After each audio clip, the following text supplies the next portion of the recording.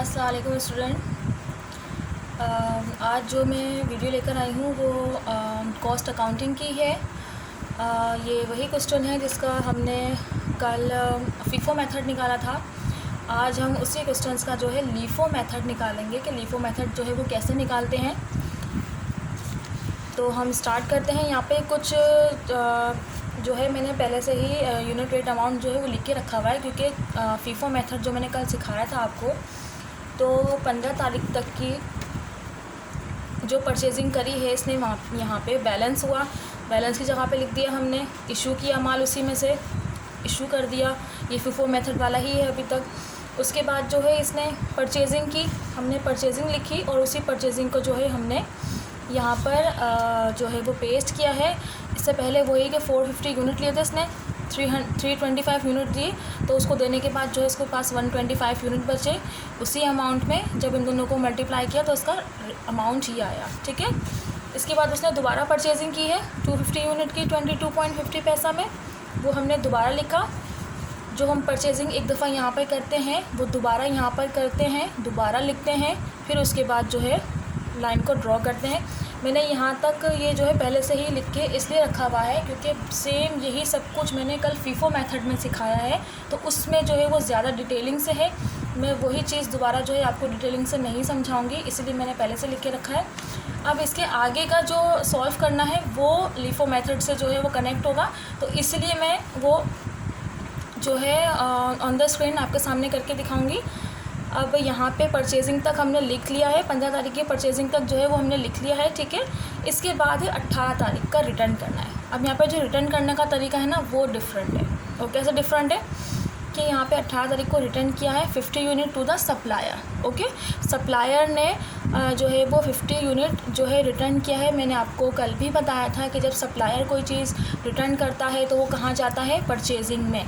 ठीक है। यानी कि सप्लायर अगर चीज़ को वापस करेगा तो कहाँ देगा, वहीं देगा जहाँ से वो ख़रीद के लेकर आया था। तो कहाँ से लाया था, परचेजिंग से लिया था, तो परचेजिंग में लिखा जाएगा।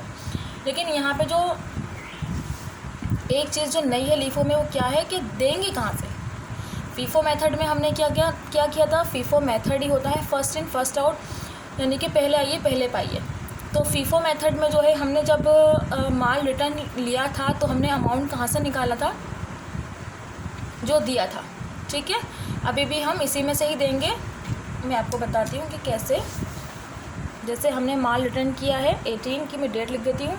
माल रिटर्न किया है 50 unit to the supplier, supplier ने माल रिटर्न किया, तो ऑफकोर्स यहाँ पर जो है वो इशू जो माल उसके पास देगा, जो ख़रीदा था माल, उसने ये माल ख़रीदा, उसने ये यूनिट ख़रीदे हैं उसने इतने पैसों में, तो इसी में से ही वापस करेगा। ओके, तो इसमें से 50 यूनिट जो है हम परचेजिंग में लिख देते हैं। 50 यूनिट कितनी रेटिंग पे उसने लिया है, 20.50 पैसा। इसको हम मल्टीप्लाई कर लेते हैं, 50 मल्टीप्लाई 20.50 पैसा, 1025 रुपीज़। ओके। अब यहाँ पर नेक्स्ट रहेगा हमारा, सॉरी ये भी जो है ना फीफो मेथड तक का यहीं तक का रहेगा। ठीक है। अब लीफो मेथड स्टार्ट होगा कि इशू जब वो करेगा तो कहाँ से करेगा। यहाँ पर वो इशू कर रहा है माल 175 यूनिट फैक्ट्री, यानी कि फैक्ट्री जो है वो 175 यूनिट इशू कर रही है। तो ये तो नॉर्मली बात है कि इशू कर रही है तो हम इशू में ही लिखेंगे, बट उसको जो हम यूनिट देंगे वो इन तीनों में से किस में से देंगे। फीफो मेथड में तो हमने स्टार्टिंग में से दिया था, यानी कि जो ऊपर से सीक्वेंस से आ रहा है उसमें से हम देते चले गए, बट लीफो मेथड का उल्टा होगा। लीफो मेथड का क्या उल्टा होगा कि लीफो मेथड में से हम लास्ट में से देते हैं, आखिर वाले से देना शुरू करते हैं।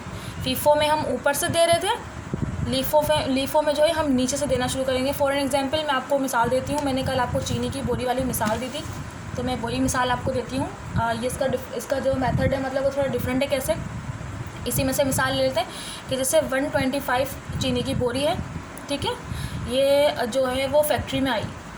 अब ये 125 फैक्ट्री में माल आया है और उस टाइम पर कोई सप्लायर नहीं आया, तो उसने ये माल उठवा के अपने स्टोर रूम में रखवा दिया। उसके 2 घंटे के बाद जो है उसके पास फिर 300 चीनी की बोरी आई, उसके पास कोई सप्लायर नहीं आया, उसने ये माल उठवा के अपने स्टोर रूम में रखवा लिया। अब फिर 2 घंटे बाद जो है 250 चीनी की बोरी उसके पास आई और इत्तेफाक से उसी वक्त सप्लायर भी आ गया। ठीक है, उसी वक्त सप्लायर भी आ गया। अब वो क्या कर रहा है, वो कह रहा है मैं कहाँ इन बोरियों को स्टोर रूम से निकलवाऊँ बाहर, और जब 250 बोरीज़ यहीं मेरे सामने पड़ी है तो मैं इसी में से दे देता हूँ।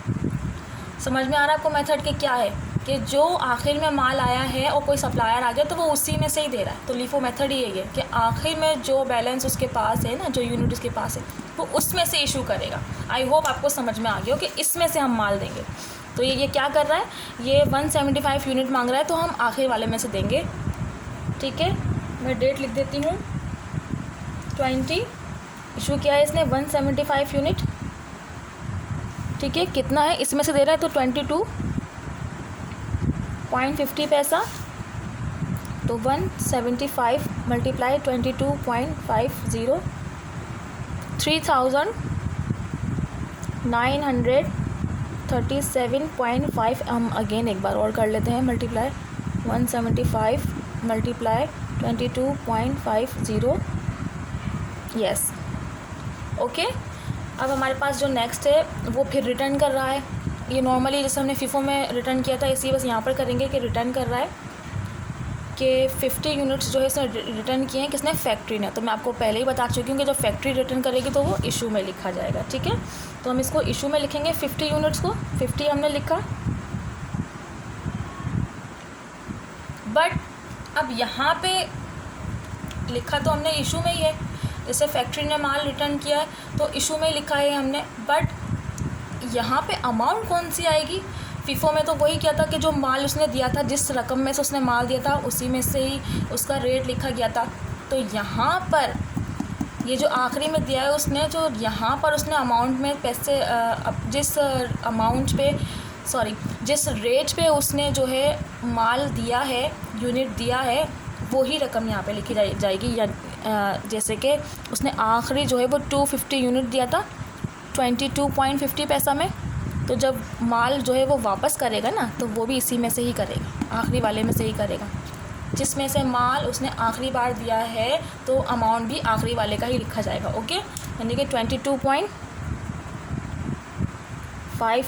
तो इसको मल्टीप्लाई कर लेते हैं हम कि 50 मल्टीप्लाई 22.50 यानी कि 1125। बस आप ये याद रखें, बिल्कुल फीफो मेथड वाला ही है। लीफो मेथड में सिर्फ क्या है कि फ़ीफो मेथड में हम ऊपर से शुरुआत करते हैं किसी को माल देने के लिए, और लीफो मेथड में हम आखिरी से स्टार्ट करते हैं। आप ये निशानी लगा सकते हैं कि फ़ीफो में जब भी आप किसी को माल देंगे तो ऊपर से देना शुरू करेंगे, लीफो में जब भी आप किसी को माल देंगे तो नीचे से देना शुरू करेंगे। ओके, अब हमारे पास क्या है, अब हमारे पास वो इशू कर रहा है माल 23 डेट को जो है वो अगेन इशू कर रहा है। क्या इशू कर रहा है, 200 यूनिट फैक्ट्री। तो 200 यूनिट देखिए यहाँ पे बहुत गौर से देखिएगा कि 200 यूनिट जो है वो दे रहा है। अच्छा जी, यहाँ पे जो है मैंने एक चीज़ नहीं लिखी है कि 125 यूनिट में से हमने कुछ भी नहीं दिया, तो हम इसको ऐसे ही लिख लेंगे।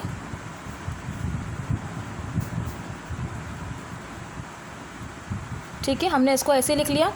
इसके बाद जो है 300 यूनिट में से भी हमने किसी को कुछ नहीं दिया, तो इसको भी हम ऐसे ही लिख लेंगे। हाँ, इसमें से जो है 250 यूनिट में से जो है हमने 250 यूनिट में से जो है हमने 175 यूनिट दिया है। तो 250 में से जब 175 को लेस करेंगे तो हमारे पास क्या बचेगा, यानी कि 250 में से हमने जब लेस किया 75 हमारे पास यूनिट बचे खाली नीचे वाले में, और कितने अमाउंट पे, मल्टीप्लाई 22.50।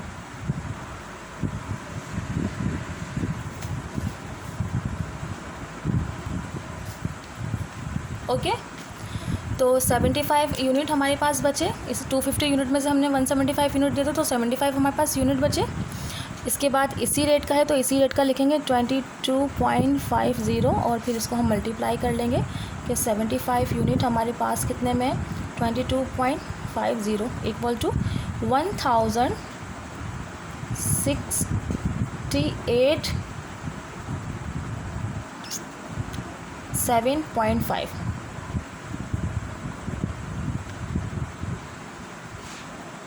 अगेन कर लेते हैं कि 75 मल्टीप्लाई 22.50 पैसा